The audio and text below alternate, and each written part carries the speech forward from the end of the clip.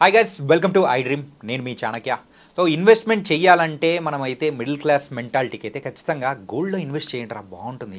So ఎక్కడికి పోదు, మన ఇంట్లోనే ఉంటుందని చెప్పేసి అంటుంటారు. కాకపోతే మ్యూచువల్ ఫండ్స్లో కూడా ఇన్వెస్ట్ చేయండి అని కొంతమంది సజెషన్స్ ఇస్తూ ఉంటారు. కానీ ఈ రెండు వాటిలలో మనం ఎక్కడ ఇన్వెస్ట్ చేస్తే మనమైతే మన మనీని కూడా మనం అంటే పెంచుకుంటూ వెళ్ళిపోవచ్చు, ఇంకా హ్యాపీగా ఉండొచ్చు అనే దాని గురించి ఈరోజు మనకున్న డౌట్లను కూడా క్లారిఫై చేయడానికి పర్సనల్ ఫైనాన్షియల్ అడ్వైజర్ మరి విజయ్ కర్ణం గారు కూడా ఇక్కడ మనతో పడినారు. ఆయన్ని అడిగి తెలుసుకుందాం. Hi sir. హలో అండి. Sir, as a personal financial అడ్వైజర్గా మరి మీరు సర్టిఫైడ్ కూడా.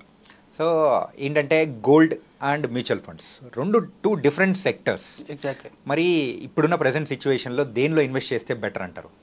షూర్ అండి. డెఫినెట్గా మీరు అన్నట్లుగా ఇవి రెండు డిఫరెంట్ అసెట్ క్లాసెస్ అంటాం మనం. So everything will comes with risk and reward అండి. గోల్డ్లో రిస్క్ ఉంది, మ్యూచువల్ ఫండ్లో రిస్క్ ఉంది. గోల్డ్లో రివార్డ్ ఉంది, మ్యూచువల్ ఫండ్లో రివార్డ్ ఉంది. సో మనము దేంట్లో ఇన్వెస్ట్ చేయాలి అంటే ఫస్ట్ మనం దేనికి ఇన్వెస్ట్ చేస్తున్నాం అనేది ఇంపార్టెంట్. చాలామంది ఏం చేస్తున్నారంటే గోల్డ్లో ఇన్వెస్ట్ చేస్తాము, ఎమర్జెన్సీ వచ్చినప్పుడు అది సెల్ చేసినా మనకు అమౌంట్ వచ్చేస్తుంది కదా అనేసి అనుకుంటుంటారు. సో ఫర్ సపోజ్ ఒక 5 lakhs ఉంది, 10 lakhs ఉంది. At any given point of time మనకి గోల్డ్ అప్రిషియేట్ అవుతుంటుంది, సేల్ చేస్తే తీసేసుకోవచ్చు అనేసి అనుకుంటాం. కానీ మన బేసిక్ థింగ్స్ మనం మర్చిపోతుంటామండి. ఇక్కడ గోల్డ్ అప్రిసియేషన్ ఎంత అవుతుంది మనకి సిఏజిఆర్ అని ఒక parameter, compounding annual growth rate. అంటే కాంపౌండింగ్ అంటే ఎవ్రీ ఇయర్ ఎంత పర్సెంటేజ్ పెరుగుతుంది అనేది మనం చూసుకోవాలి. గోల్డ్ ఎంత పెరుగుతుంది? 10.5% అండి, అంతకన్నా ఎక్కువ పెరగదు. First thing. సెకండ్ థింగ్ వచ్చేసి గోల్డ్ మనము ఏ రూపకంగా మనం తీసి పెడుతున్నాం. గోల్డ్ బాండ్స్లో తీసి పెడుతున్నామా, గోల్డ్ జ్యువెలరీలో తీసి పెడుతున్నామా, గోల్డ్ కాయిన్స్ ఆర్ బార్స్లో తీసి పెడుతున్నామా, ఈ పారామీటర్స్ కూడా మనం కన్సిడర్ చేయాలి. ఓకే. గోల్డ్ జ్యువెలరీలో తీసి పెడితే that will be the biggest mistake of our life. ఇది జ్యువెలరీలో తీసి పెడితే. ఎందుకు అంటే మనకి జనరల్గా వేసుకోవడానికి జ్యువెలరీ చేయించుకోవడంలో తప్పులేదు. That won't be an investment. Jewellery ఎప్పుడైతే మనము ఇంట్లో వాళ్ళకి చేపిస్తామో, మనం చేయించుకుంటామో, that should not be an investment. Just like an accessory. మనం డ్రెస్సెస్ ఎట్లా చేసుకుంటామో అది కూడా ఒకటి అంతే. అది ఎమర్జెన్సీ, రేరెస్ట్ ఆఫ్ రేర్ కేసెస్లో that should be an emergency fund. అంటే తీసుకున్న దానికి ఇన్వెస్ట్ చేసిన దానికి తీసుకున్న దానికి సంబంధం లేకుండా మనకు అమౌంట్ వస్తుంటుంది. That will be different case. But that will not consider as a investment. It's an accessory కింద కన్సిడర్ చేయవచ్చు మనం. ఓకే. కానీ మీరు ఎప్పుడైతే గోల్డ్ కాయిన్స్లో కానీ, గోల్డ్ బార్స్లో కానీ, గోల్డ్ బాండ్స్లో కానీ ఇన్వెస్ట్ చేస్తే that will be consider as investment. Okay. ఆ ఇన్వెస్ట్మెంట్ చేసినా కూడా మీకు 10%, 10.5% సిఏజిఆర్. గోల్డ్ బాండ్స్లో మీకు ట్యాక్స్ ఫ్రీ గెయిన్స్ ఉంటాయి. అంటే మీకు దానిలోకి వచ్చిన గెయిన్స్ అన్ని వితౌట్ ట్యాక్స్ ఎగ్జంప్షన్ ఉంటుంది. మీరు దాని మీద ఎటువంటి ట్యాక్స్ కట్టాల్సిన అవసరం లేదు. ఓకే. సావర్జిన్ గోల్డ్ బాండ్స్ అంటారు వాటి. సో ఈ అడ్వాంటేజెస్ ఉన్నాయి గోల్డ్. కానీ వీటిలో వచ్చి మనకి నెక్స్ట్ వచ్చే రిస్క్ ఏంటంటే, మీరు జ్యువెలరీలో తీసుకున్నారనుకోండి, మనకు అవసరం ఉన్నదానికంటే ఎక్కువ తీసుకున్నాం, ఎక్కడ పెడతాం? అది ఇంటి లాకర్లో పెడతాం. ఇంటి లాకర్లో పెట్టి ఫర్ సపోజ్ మనకి కావాల్సిన దానికంటే ఎక్కువ తీసుకొని ఇంటి లాకర్లో పెట్టి మనం బయట టెన్షన్ ఫ్రీగా తిరగలుగుతామా? లేదు, తిరగలేము. First thing. సెకండ్ థింగ్, ఇంట్లో తిరగలేము కాబట్టి తీసుకొని మళ్ళీ ఏం చేస్తాం? బ్యాంక్ లాకర్లో పెడతాం. బ్యాంక్ లాకర్లో పెడితే ఏమవుతుంది? బ్యాంక్ లాకర్ ఛార్జెస్ పడతాయి. ఫస్ట్ థింగ్, మీరు జ్యువెలరీ కొన్నప్పుడే మీరు మేకింగ్ ఛార్జెస్ కట్టి తీసుకుంటారు. ఓకే. గోల్డ్ బార్ నుంచి గోల్డ్ జ్యువెలరీ కావడానికి మేకింగ్ ఛార్జెస్ పడుతుంది. మేకింగ్ ఛార్జెస్లో మళ్ళీ అక్కడి నుంచి మీరు ఇక్కడ బ్యాంక్లో పెట్టిన లాకర్లో పెట్టిన లాకర్ ఛార్జెస్ పడతాయి. ఈ ఇన్ని ఛార్జెస్ని దాటుకొని మీ రిటర్న్స్ ఎప్పుడు బయటికి రావండి. So it won't be more than 10%. అంటే మీకు ఇన్ఫ్లేషన్ 7% ఉంది, గోల్డ్ రిటర్న్స్ 10% ఉంది. మీకు డిఫరెన్స్ వచ్చేసి 3% మాత్రమే. సో 3% రిటర్న్స్ కోసం మీరు ఇంత రిస్క్ తీసుకోవాల్సిన అవసరం ఉందా? ఈచ్ ఇండివిజువల్ మనం అనలైజ్ చేసుకోవాలి. Okay. First thing. Second thing వచ్చేసి ఇంత ఇన్వెస్ట్మెంట్ గోల్డ్లో పెట్టే బదులు బేర్ మినిమం గోల్డ్ తీసేసుకొని మిగతా మ్యూచువల్ ఫండ్స్లో పెట్టుకుంటే మనకు అడ్వాంటేజ్ ఏంటి అంటే లిక్విడిటీ. ఈరోజు నాకు మ్యూచువల్ ఫండ్స్లో ఒక 10 lakhs హోల్డింగ్స్ ఉన్నాయనుకుందాం. 10 lakhs నుంచి 1 lakh కావాలనుకుంటే వితిన్ 2 days నా అకౌంట్లోకి అమౌంట్ పడిపోతుంది. ఓకే. కానీ గోల్డ్ జ్యువెలరీ ఒక 10 lakhs జ్యువెలరీ చేపించి దాన్ని పార్ట్గా అయితే మనం ఏమి అమ్మలేం కదా. అమ్మలేం. టోటల్గా పెడితే మొత్తం పెట్టాలి, లేకపోతే మొత్తం తీసేసుకోవాలి. గోల్డ్లో మనకి ఇంకా అడ్వాంటేజ్ ఏంటి అంటే గోల్డ్ మీద లోన్స్ ఇస్తారు, చీపెస్ట్ లోన్స్ ఇస్తారు.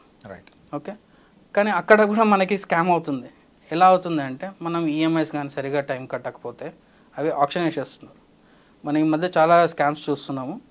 మనకి ఆప్షన్కి మనకి ఈఎంఐస్కి నోటిఫికేషన్ ఇవ్వకున్నా కూడా ఈఎంఐ నోటిఫికేషన్ ఇచ్చినామని చెప్పేసి ఆ గోల్డ్ని లిక్విడేట్ చేసేసి ఆప్షన్ వేసేస్తున్నారు. సో ఈ స్కామ్స్ అనేవి మనకి చాలా రేర్. అంటే మన దృష్టిలోకి వచ్చేసరికి డ్యామేజ్ అయిపోతుంటుంది. కానీ మ్యూచువల్ ఫండ్స్లో మనకి ట్రాన్స్పరెన్సీ ఉంటుంది. ఓకే, ప్రతి మ్యూచువల్ ఫండ్ ఎక్కడ ఇన్వెస్ట్ చేస్తున్నారు, ఎంత ఇన్వెస్ట్ చేస్తున్నారు. ఫర్ సపోజ్ ఒక ఫండ్ ఉందండి, ఏదైనా ఒక స్మాల్ క్యాప్ ఫండ్ కానీ ఒక లార్జ్ క్యాప్ ఫండ్ కానీ ఉంది. ఆ లార్జ్ క్యాప్ ఫండ్లో ఎంత పర్సెంట్ ఏ కంపెనీలో ఎంత అమౌంట్ ఇన్వెస్ట్ చేస్తున్నారు అనేది మీకు డీటెయిల్ అనాలిసిస్ దొరుకుతుంది నెట్లో. ఓకే, దాన్ని పేరు ఫ్యాక్ట్ షీట్ అంటారు. ప్రతి ఫండ్కి ఫ్యాక్ట్ షీట్ ఉంటుంది. ఎవ్రీ మంత్ ఎవ్రీ క్వార్టర్లీ ఆ ఫ్యాక్ట్ షీట్ అనేది రిలీజ్ అవుతుంటుంది. ఆ ఫ్యాక్ట్ షీట్లో మీకు కంప్లీట్ ట్రాన్స్పరెన్సీ మెయింటైన్ అవుతుంటుంది. మీకు గోల్డ్లో అంత ట్రాన్స్పరెన్సీ ఉండదు. ఎందుకంటే మనకి కొనేటప్పుడు వాడు 916 కేడిఎం గోల్డ్ అని చెప్తారు, కానీ అమ్మేటప్పుడు తీసుకుపోయి అమ్మితే అది కేడిఎం గోల్డ్ కాదు, నార్మల్ 80% గోల్డే ఉంది, మిగతా అంతా వేస్టేజ్ వెళ్ళిపోతుంది అని చెప్తారు. సో ఈ రిస్క్స్ అనేవి మనం కన్సిడర్ చేసుకోవాలి, బేర్ మినిమం పెట్టుకోవాలి. మిగతాదంతా మనం ఇన్వెస్ట్మెంట్స్ మ్యూచువల్ ఫండ్స్లో కానీ వేరే అసెట్స్లో ఇన్వెస్ట్ చేసుకుంటే బెటర్. ఎందుకు అట్లా అవుతుందంటే ఇక్కడ మనం అసెట్ అలొకేషన్ అనేది అవుతుంటుంది. గోల్డ్లో మీరు మోర్ దెన్ 10% పెట్టడం ఇట్స్ నాట్ మై అడ్వైస్. నేను ఇన్వెస్ట్ చేయండి గోల్డ్లో, కానీ 10% కంటే ఎక్కువ ఇన్వెస్ట్ చేయకండి. మిగతాది వేరే దాంట్లో ఇన్వెస్ట్ చేస్తే మీకు ఓవరాల్గా మీకు అసెట్ అలొకేషన్ అనేది క్లియర్గా అవుతుంది, డైవర్సిఫికేషన్ క్లియర్గా అవుతుంది. యా, మీరు చెప్పింది చాలా బాగుంది సార్. కాకపోతే ఏంటంటే మన ఇండియాలో ఎక్కువగా మిడిల్ క్లాస్ మెంటాలిటీస్ అంటే మిడిల్ క్లాస్ వాళ్ళు మనం అందరం ఉన్నాము. సో ఇలాంటి వాళ్ళకు ఏదైనా అంటే యూజువల్గా అమ్మ వాళ్ళు లేడీస్ ఎక్కువ ప్రిఫర్ చేసేది బంగారమే. ఎగ్జాక్ట్లీ.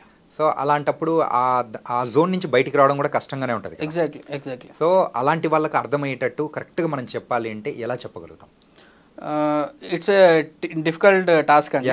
ఎందుకంటే అందరి ఇళ్ళల్లో ఫ్యామిలీస్లో ఇట్స్ ఏ బిగ్గెస్ట్ ఛాలెంజ్ అండి. ఎందుకంటే నేను మీకు లాస్ట్ వీడియోలో చెప్పినట్లు మనం ప్రతిదీ ఎమోషనల్గా కనెక్ట్ అవుతాం. బిగ్గెస్ట్ థింగ్ ఇండియాలో ఏంటి అంటే మనకు అన్ని టాంజబుల్ అసెట్స్ కావాలి. అంటే ప్రతిదీ మనం తాకాలి, తాకితేనే మనకి నమ్మకం ఉండదు. ఇండియన్స్కి ఏ ఇన్వెస్ట్మెంట్స్ మీద నమ్మకం ఉండదు. ఇప్పుడు మ్యూచువల్ ఫండ్స్లో ఇంత ఇన్వెస్ట్ చేయండి, అంత ఇన్వెస్ట్ చేయండి, ఇంత ఇన్వెస్ట్ చేసినామని కూడా చెప్తున్నారు అందరూ, కానీ అది పేపర్ మీద ఉంటుంది కదా, మా చేతిలో ఏముండదు కదా అంటారు కొంతమంది ఇన్వెస్టర్స్. కానీ వాళ్ళు గోల్డ్ పట్టుకోగలుగుతారు, రియల్ ఎస్టేట్ భూమి తాకగలుగుతారు, ఇల్లు ఉండగలుగుతారు. సో మనం ఎక్కువ టాంజబుల్ అసెట్స్కి ఎక్కువ ప్రిఫరెన్స్ ఇస్తాం, అన్టాంజబుల్కి ఇవ్వం. టాంజబుల్ అసెట్స్కి ఇచ్చే ప్రిఫరెన్స్ అనే జనరేషన్ వెళ్ళిపోయిందండి. మనం ఇంకా ఆ జనరేషన్ ఉంటే లాస్ అవుతాం. ఓకే, 1980sలో 1970sలో టాంజబుల్ అసెట్స్కి బాగా ప్రిఫరెన్స్ ఉండే. అప్పుడు మీరు గోల్డ్లో కానీ సిల్వర్లో కానీ రియల్ ఎస్టేట్లో ఇన్వెస్ట్ చేస్తుంటే ఈరోజు మనము ఈ వీడియో చూడాల్సిన అవసరం లేదు వాళ్ళు.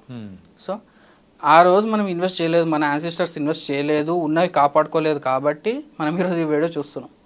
ఓకే, ఆ జనరేషన్ వెళ్ళిపోయింది. ఇప్పుడు టాంజబుల్ నుంచి అన్టాంజబుల్ అసెట్స్కి వచ్చేసినాం మనం. అన్టాంజబుల్ అసెట్స్ అంటే ఏంది? స్టాక్స్ కానీ మ్యూచువల్ ఫండ్స్ కానీ క్రిప్టో కరెన్సీస్ నేను సజెస్ట్ చేయను, కానీ దాంట్లో అది కూడా ఒక అసెట్ క్లాస్ అయ్యింది. ప్రెసెంట్ దానిలో కూడా ఇన్వెస్ట్ చేసే వాళ్ళు కూడా పెరిగిపోతున్నారు, స్కామ్స్ కూడా పెరిగిపోతున్నాయి. That's parallel thing. సో అది అన్టాంజబుల్కి వెళ్ళిపోయినాం మనం. అంటే వర్చువల్గా రావడం కానీ, వర్చువల్ అసెట్స్ క్రియేట్ కావడం కానీ, ఎన్ఎఫ్టీస్ కానీ ఇవన్నీ క్రియేట్ అయిపోయినాయి. టాంజబుల్ నుంచి అన్టాంజబుల్కి ఎప్పుడో ట్రాన్స్ఫార్మ్ అయిపోయింది. మనం ఇంకా ట్రాన్స్ఫార్మ్ కాలేదంటే మనం రిటర్న్స్ తక్కువ తీసుకుంటున్నాం అనేది లెక్క. That's the first thing. Second thing, liquidity గురించి మీకు చెప్పాను, సెక్యూరిటీ గురించి చెప్పాను. ఇప్పుడు సపోజ్ ఒక పర్సన్, ఒక లేడీస్ ఉన్నారు, అంటే సింగిల్ ఓన్డ్ మదర్ ఉన్నారండి, ఒక పర్సన్ ఉన్నారు, పాపం వాళ్ళకి ఇవన్నీ ఏం తెలియవు. వాళ్ళు బేర్ మినిమం అంటే బిలో మిడిల్ క్లాస్ అనుకుందాం. వాళ్ళు చేసే జాబ్కి 20,000 25,000 ఉంటుంది. వాళ్ళు ఇన్వెస్ట్ చేయడము ఇవేమి తెలియవు వాళ్ళకి. చిట్టీలు వేసుకోవడము, అమౌంట్ తీసుకోవడము, వచ్చినప్పుడు ఇంత గోల్డ్ కొనడం, తీసుకొని పెట్టుకొని ఒక 5 years 10 years తర్వాత మంచి గోల్డ్ రెడీ అయ్యింది. రెడీ అయిన తర్వాత ఒకరోజు రాబరీ అయింది వాళ్ళ ఇంట్లో, మొత్తం పోయినట్టే. అంతే కదండి. సో ఈ రిస్క్స్ కూడా ఉంటాయి, ఈ రిస్క్ కూడా కన్సిడర్ చేయాలి. 10% మీ ఇన్వెస్ట్మెంట్ చేసే దాంట్లో 10,000 కానీ 10 lakhs కానీ 1 crore కానీ 10% ఇన్వెస్ట్ చేయండి అంతే. మిగతాదంతా డైవర్సిఫై చేసేయండి.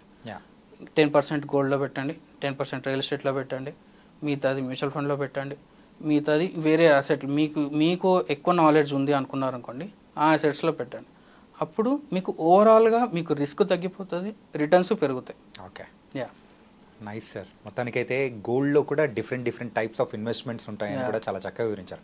ఇప్పటివరకు నాకున్న నాలెడ్జ్ ప్రకారం అయితే గోల్డ్ ఇన్వెస్ట్మెంట్ అంటే ఓన్లీ జ్యువెలరీ మీదే అని నేను అనుకున్నాను, కానీ అందులో బాండ్స్ ఉంటాయని, సో కాయిన్స్ అండ్ బార్స్ అనేది విన్నాం. యా సో ఇలా డిఫరెంట్ టైప్స్లో ఉంటాయి. సో దేనిలో ఇన్వెస్ట్మెంట్ చేస్తే బాగుంటుందని చెప్పి చాలా చక్కగా వివరించారు. So thank you sir. Thank you అండి. సో గైస్, మొత్తం మీద అయితే గోల్డ్లో ఇన్వెస్ట్ చేసే వాళ్ళు ఎవరైనా ఉన్నారు అంటే, సో మనమైతే దానివల్ల సో ఏంటంటే మనం మేకింగ్ ఛార్జెస్తో పాటు అలాగే లాకర్ ఛార్జెస్ ఇలా బోల్డ్ అని ఛార్జెస్ అనేది కూడా మనం కడుతూ వెళ్తూ ఉంటాం. దానికంటే మనమైతే సో మ్యూచువల్ ఫండ్స్లో ఇన్వెస్ట్ చేసాము అంటే సో మనం పెట్టిన అమౌంట్ కూడా డబుల్ చేసుకునే అవకాశాలు ఉంటాయని కూడా సో విజయ్ గారు చాలా చక్కగా వివరించారు. మరో ఇంటర్వ్యూతో మళ్ళీ కలుద్దాం. అంతకు take care. This is your Chanakya. See you.